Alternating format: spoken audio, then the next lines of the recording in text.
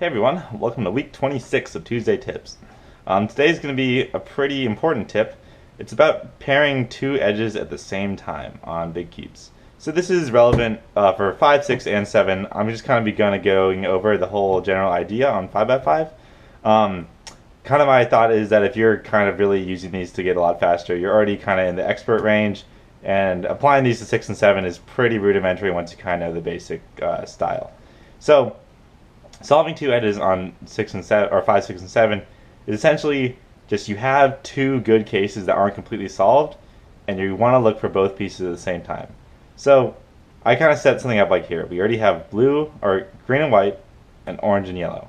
And these are both nice. They're 2x1s. We just need one more piece to solve them. And so we're kind of looking for both of these at the same time here. And this is a nice case. Oh, now we solved our green and white. Now we just need to look for our orange and yellow. And we solved both of our edges and we're done with that. So that's kind of the most basic case where everything works out really nicely. However, there are cases where like something to set this up would be like, there are bad cases to this as well. Say we have something like, we end up with something like, we naturally get something like this. And now we see, we have two edges we want to solve at the same time, but we don't have a free move. Pairing up this edge will mess up this edge, and pairing up this edge will mess up the red and white edge. So what do? This is where things start to really get tricky. Because in this case, we only need one more piece to line up. It's not going to be too hard, as all we have to do is remember that when we put in this red and white piece, all we got to do is U wide prime back, and we'll get this red and blue edge back. So that actually wasn't too complicated in that case. Where things start to really get tricky is when you're doing too much that you can handle at the same time. So say you have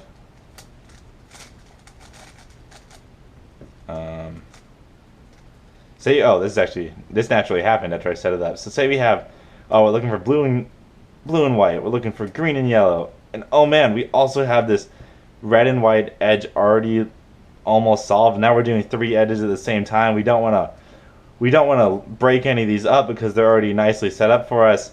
What do we do here? So the way I think the best is to handle this is that know what you can do at once. Don't push yourself too much because then you're just going to mess up and lose it. Definitely don't push yourself in a competition. Know what you're comfortable with in a competition and do that only. In practice, it's fine to push yourself. Definitely push yourself as much as you can to like a reasonable extent. Push yourself a little bit outside of your comfort zone. And eventually that will become comfortable, and then you can keep going with more and more advanced stuff. Anyways, so for this case, what I found is three edges at the same time is kind of overwhelming. Even if you say they were all in the bottom layer, so the U wide is free, this is still kind of a lot to deal with. You're looking for three pieces at the same time. I wouldn't necessarily recommend it, but if you're in a case like this, where you have three and one of them's not on the right side, I definitely would do something like this. So you find the piece, you find one of the correct pieces, and so while you're solving one of the edges, you pull one of the edges out when you put in the next piece. So therefore, you're not losing the edge. You're losing its like ability to be readily available, but that you're not wasting any moves because you're going to enter this anyways. And so while you're losing the ability to be readily available, you're saving yourself a lot of kind of confusion over what's going on. And then you just have the case where you have two edges you're working on, which is usually pretty manageable for someone that's close to a minute.